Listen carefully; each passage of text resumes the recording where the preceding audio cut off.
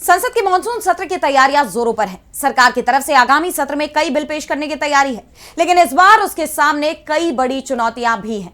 सरकार की नीतियां सवालों के घेरे में है, देश की जनता नाराज है और विपक्ष भी हमलावर है। यानी इस बार का संसद सत्र बहुत जोरदार होने वाला है। इसके लिए कांग्रेस ने भी अपनी रणनीति तैयार कर ली है। तो मोदी सरकार को घेरने के लिए क्या है कांग्रेस का प्लान, जानने के लिए देखिए ये रिपोर्ट। 20 जुलाई से संसद का मॉनसून सत्र शुरू हो रहा है, जिसमें मोदी सरकार की तरफ से कई अहम विधेयक पेश किए जाएंगे और उन पर तीखी बहस होने की भी संभावना जताई जा रही है। कई मुद्दों को लेकर तो अभी से ही विवाद छिड़ गया है। सदन में सरकार को घेरने के लिए विपक्ष ने भी कमर कस ली है। इस बार पूरा इंडिया गठबंधन एकजुट होकर सरकार की नीतियों पर सवाल उठाएगा। इसके लिए कांग्रेस ने पूरा प्लान भी तैयार कर लिया है। कांग्रेस संसदीय दल की अध्यक्ष सोनिया गांधी की अध्यक्षता में उनके 10 जनपद आवास पर अहम बैठक बुलाई गई, जिसमें आगामी संसद सत्र के लिए पूरी रणनीति पर चर्चा की गई। इस बैठक में लोकसभा में नेता विपक्ष राहुल गांधी, राज्यसभा में विपक्ष के नेता मल्लिकार्जुन खड़गे समेत कांग्रेस संसदीय दल के सभी नेता शामिल हुए। कांग्रेस महासचिव जयराम रमेश ने 1.5 घंटे तक चली इस बैठक की जानकारी दी। उन्होंने कहा, जो विधेयक आने की संभावना है इस सत्र में, हालांकि औपचारिक तौर से हमें कुछ जानकारी मिली नहीं है।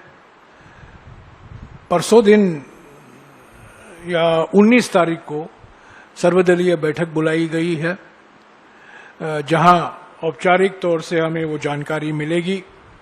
हालांकि वो सर्वदलीय बैठक एक औपचारिकता है, वो बेमतलब की एक औपचारिकता है। जयराम रमेश ने उन विधेयकों का भी जिक्र किया जिनके पेश होने की संभावना है।